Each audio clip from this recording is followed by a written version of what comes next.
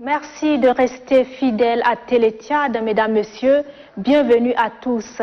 Incursion dans nos provinces pour les nouvelles dans le Tchad profond.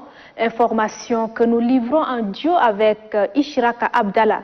Bonsoir Ishiraka.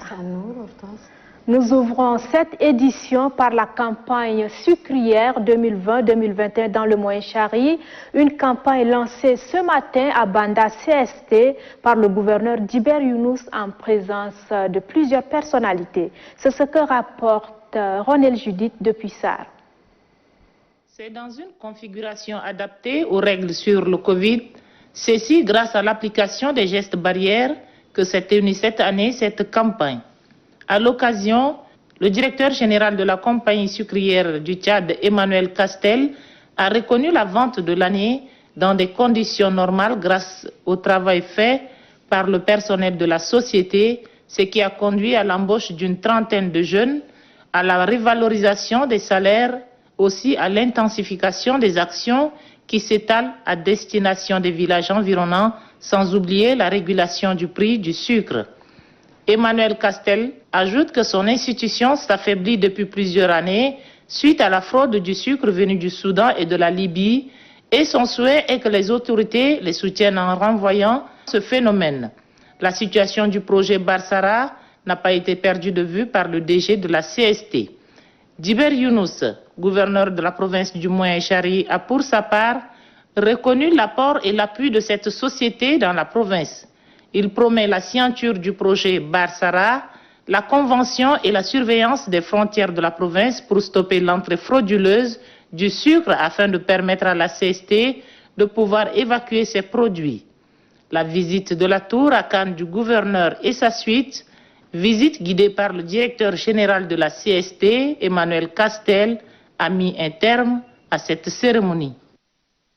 أهلا بكم مشاهدينا. ترأس حاكم ولاية الشرقية الأوسط جبير يونس انطلاقة الحملة الزراعية لشركة السكر تشاد، وكان ذلك بمقر الشركة الكاين بمدينة سار حاضرة ولاية الشرقية الأوسط. عبد الله جابر والمزيد. إن زراعة قصب السكر تعد من الزراعات المهمة التي تسهم محاصيلها في إنتاج السكر، وعلى هذا الأساس جاءت انطلاقة حملة زراعة قصب السكر بولاية الشرقية الأوسط. المناسبة كانت بحضور حاكم الولاية جبير يونس وعدد من المدعوين. هذا وخلال المناسبة تحدث المدير العام لشركة سكر تشاد إيمانويل كاستيل، وقال إن الشركة رغم ظروف جائحة كورونا تمكنت من إنتاج أعداد كبيرة من السكر، وأكد أن جلب السكر من دول الجوار بطريقة غير شرعية قد تعيق العمل بالمؤسسة، كما طلب من السلطات العليا التدخل لحل مثل هذه المشكلة. من جانبه حاكم ولاية الشرقية الأوسط جبير يونس شكر القائمين على أعمال الشركة وأكد وقوفه ودعمه من أجل دهر البضائع المهربة من دول الجوار. وفي نهاية المناسبة قام الحاكم برفقة المدير العام للشركة والمدعوين بزيارة مقر الشركة من أجل معرفة كيفية سير العمل فيها. Dans le Logone occidental, le recteur de l'Académie du Sud, professeur Mahmoud, a présidé dans les locaux de l'ANADER une réunion qui a regroupé les responsables de l'Université de Moundou et ceux des ministères en charge de l'éducation nationale. Robert Doumio est notre correspondant sur place. En introduction à la rencontre, professeur Mahmoud Yaya a souligné l'importance de l'Académie du Sud, une structure mise en place en application du décret 1762 du 30 octobre 2019 portant réorganisation du système éducatif tchadien. La réunion s'est focalisée sur 3 points, à savoir l'information sur le plan d'action 2020 de l'Académie du Sud, les échanges sur le processus de la rentrée académique et l'introduction de la sociologie dans l'enseignement secondaire. Le professeur Mahmoud Yaya a saisi cette occasion pour sensibiliser les participants sur les informations relatives à l'académie qui est peu connue des responsables en charge du système éducatif au Logone occidental. Les académies de l'éducation nationale ont pour mission la mise en œuvre et le suivi de la politique éducative du gouvernement dans chaque circonscription académique. En ce qui concerne l'Académie du Sud qui regroupe la province du Logone occidental et celle du Logone oriental, il va s'agir désormais d'assurer la coordination et le suivi des activités qui touchent le système éducatif dans son ensemble, ainsi que la formation professionnelle formelle et informelle. S'agissant de la rentrée académique, le délégué à l'éducation nationale Ndolebo Nadion a déploré l'insuffisance des enseignants dans certaines disciplines avant d'affirmer que tout est fin et prêt pour le démarrage des activités. عقد رئيس أكاديمية الجنوب البروفيسور محمود يحيى اجتماعا بمدينة مندو حاضرة لوغون الغربي، وقد بحث الاجتماع مسائل لها صلة بعمل الأكاديمية وخطتها المستقبلية، بالإضافة إلى إدخال مادة علم الاجتماع في المدارس الثانوية. التفاصيل مع محمد حسن آدم. في مستهل الاجتماع تحدث البروفيسور محمود يحيى رئيس أكاديمية الجنوب عن أهمية الأكاديمية باعتبارها هيكلا تم وضعه عبر المرسوم 1662 الصادر في 30 من أكتوبر 2019 والمتعلق بهيكلة النظام التربوي التشادي. هذا وقد ركز الاجتماع على 3 نقاط، وهي اطلاع الحضور بخطة عمل الأكاديمية للعام 2020 والتبادل حول الدخول الأكاديمي وإدخال مادة علم الاجتماع في المرحلة الثانوية. وقدم البروفيسور محمود يحيى معلومات حول أهمية الأكاديمية، وقال إنها وضعت لمتابعة سياسة الحكومة في كل دائرة أكاديمية وخاصة في ولايتي لوغون الغربي والشرقي، وأوضح أنها تتابع الأنشطة والتدريب المهني الرسمي وغير الرسمي. مندوب التربية الوطنية بلوغون الغربي تحدث في كلمته عن قلة المعلمين في بعض المواد، كما أكد عن جاهزيتهم لتطبيق كل القرارات الصادرة عن الأكاديمية. هذا وقد ألح رئيس أكاديمية الجنوب في ختام الاجتماع على إدخال مادة علم الاجتماع في المدارس الثانوية ابتداء من العام الدراسي 2020 و2021. À Abéché, dans le Ouadaï, la Fondation Grand Cœur exprime une fois de plus son élan de solidarité. Elle offre des kits scolaires aux élèves du chef-lieu de la province du Ouadaï et ses environs. Un lot de kits réceptionnés par le délégué de l'éducation nationale du Ouadaï. Nous allons tenter de joindre à ce propos Souleymane Bougaï depuis Abéché.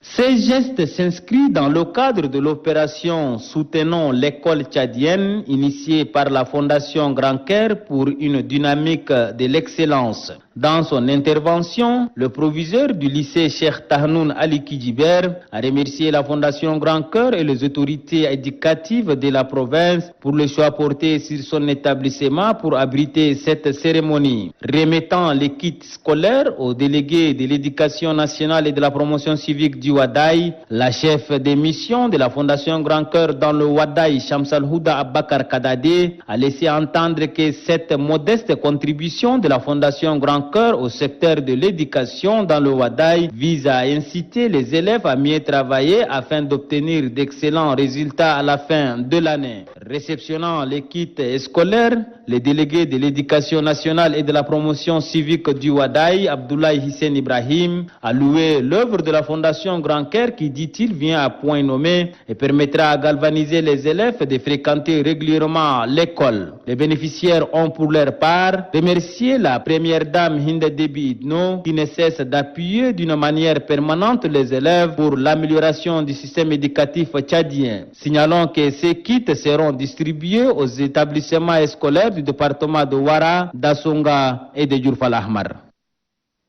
قدمت مؤسسة القلب الكبير معدات زراعية لصالح تلاميذ مختلف المدارس التعليمية بالولاية، كان ذلك بمدينة أبشة حاضرة ولاية وداي. كانت المناسبة بحضور عدد من مسؤولي التربية والتعليم وكذا رئيسة بعثة مؤسسة القلب الكبير شمس الهدى أبكر كدادي. التفاصيل الخبر مع زينب الطيب محي الدين. في إطار دعم مؤسسة القلب الكبير للمدرسة التشادية قدمت معدات مدرسية لمختلف مدارس وثانويات مدينة أبشا، حيث جرى حفل التسليم بثانوية الشيخ طحنون. مدير ثانوية طحنون علي كجبير رحب ببادرة مؤسسة القلب الكبير لما تقوم به لصالح المدرسة التشادية من أجل خلق روح التنافس بين الطلبة والتلاميذ، وهذا يدل على النظرة المستقبلية لرئيسة مؤسسة القلب الكبير سيدة البلاد الأولى هند ديبي إتنو. رئيسة بعثة مؤسسة القلب الكبير شمس الهدى أبو بكر كدادي أثناء تسليمها للمعدات لمندوب التربية بولاية وداي أفادت عن الغرض من تقديم هذه المعدات التي تدخل الفرحة والسرور في قلوب التلاميذ، وأن التربية هي العنصر الأساسي لتنمية البلد، لذا الحكومة التشادية تولي اهتماما بالغا في مجال التعليم وخاصة تمدرس البنات.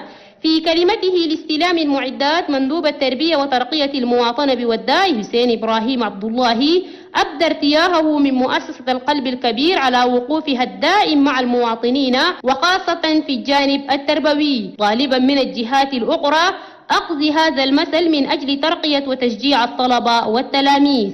وبعد عملية التوزيع من قبل المسؤولين للتلاميذ قدم أحد المستفيدين كلمة شكر لرئيسة مؤسسة القلب الكبير. فبشرى لنا جميعا بهذه الجوائز، فإننا وإن فتحنا جميع القواميس وجمعنا كل المفردات لنكمل جمل شكر وإرفان لا نستطيع إيفاءها، ولكن لا يسعنا إلا أن نقدم لها الدعاء في كل لحظة وحين. وللتذكير أن المعدات تمثلت في شنط مدرسية للبنين والبنات وكذا معدات مدرسية أخرى، وسوف تشمل المحافظات الثلاثة لولاية وداي.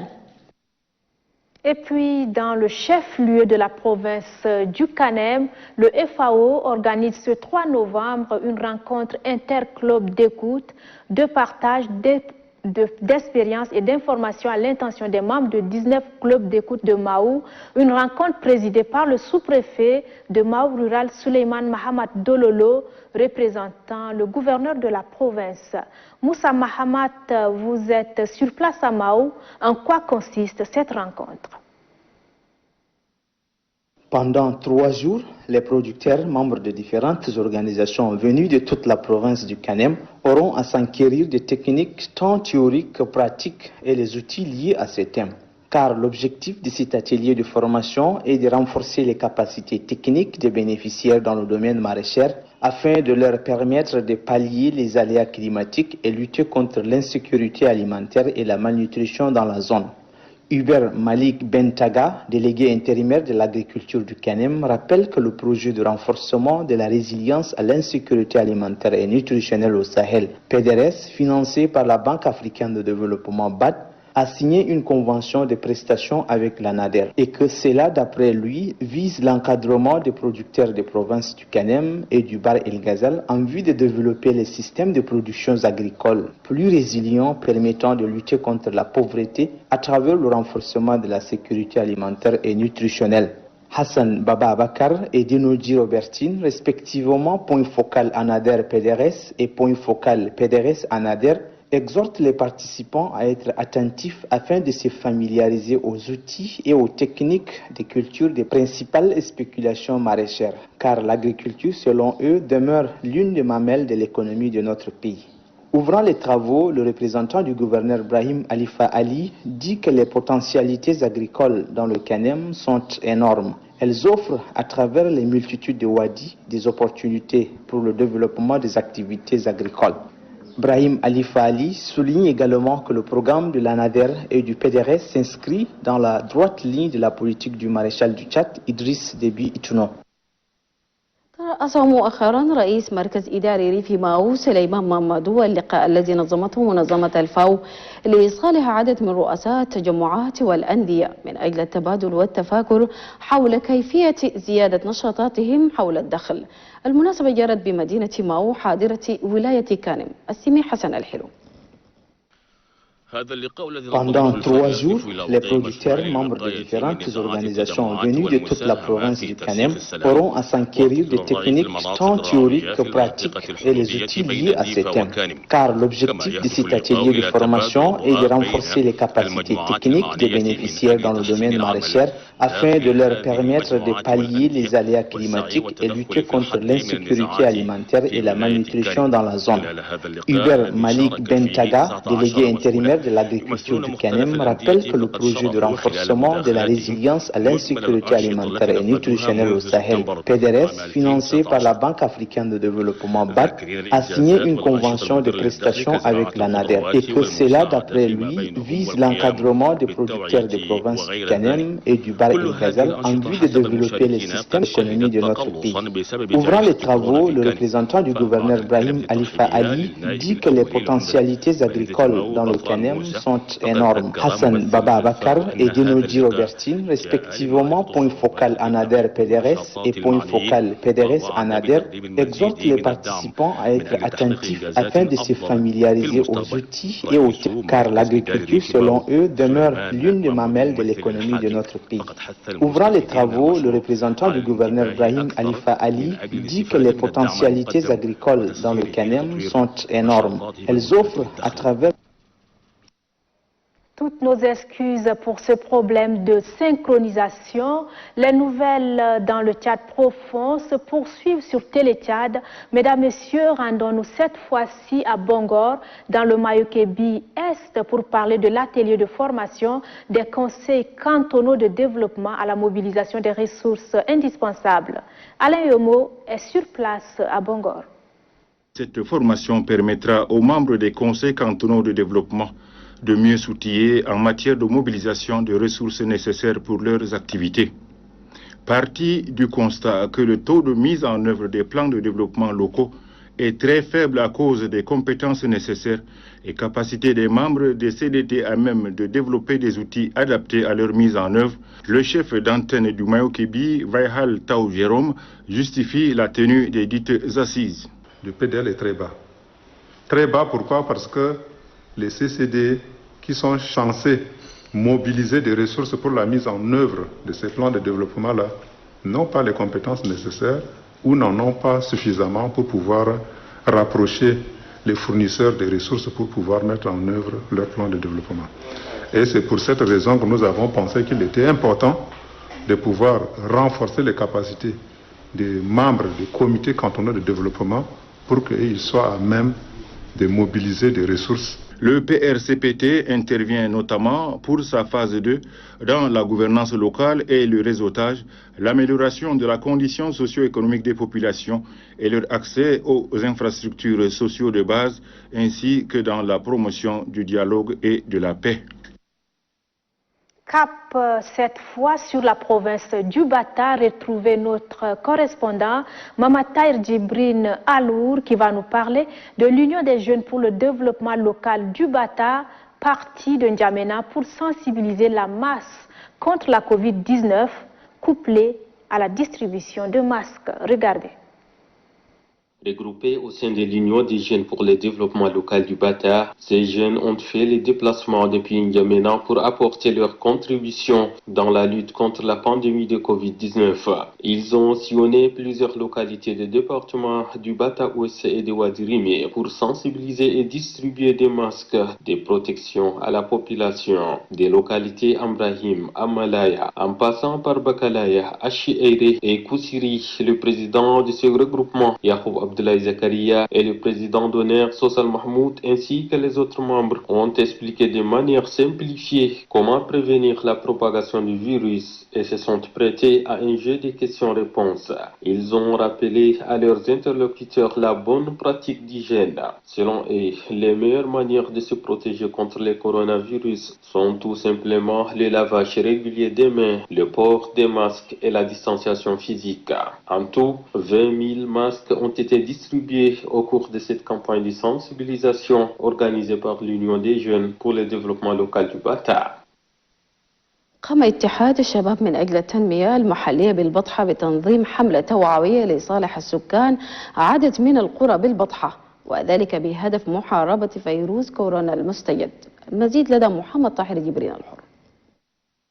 تحت لواء اتحاد الشباب للتنمية المحلية في البطحة، جاء هؤلاء الشباب من نجمينا للمساهمة في مكافحة وباء كوفيد-19، حيث زاروا عدة مناطق بمقاطعتي البطحة الغربية ووادي ريمة لزيادة الوعي وتوزيع كمامات واقية على السكان. فمن مناطق إبراهيم أملايا مرورا ببكلاي الشعيري وكسري، أوضح رئيس هذه المجموعة يعقوب عبد الله زكريا والرئيس الفخري صوص المحمود وكذلك الأعضاء الآخرون بطريقة مبسطة كيفية منع انتشار الفيروس هذا. وقام المتحدثون بتذكير محاوريهم بممارسات النظافة الجيدة، وقدموا أسئلة واستفسارات للمواطنين حول مدى إلمامهم بهذا الوباء والخطورة المحتملة على عدم الامتثال للإجراءات. وفقا لهم فإن أفضل الطرق للحماية من فيروس كورونا هي ببساطة غسل اليدين بانتظام، ارتداء الكمامة والتباعد الجسدي.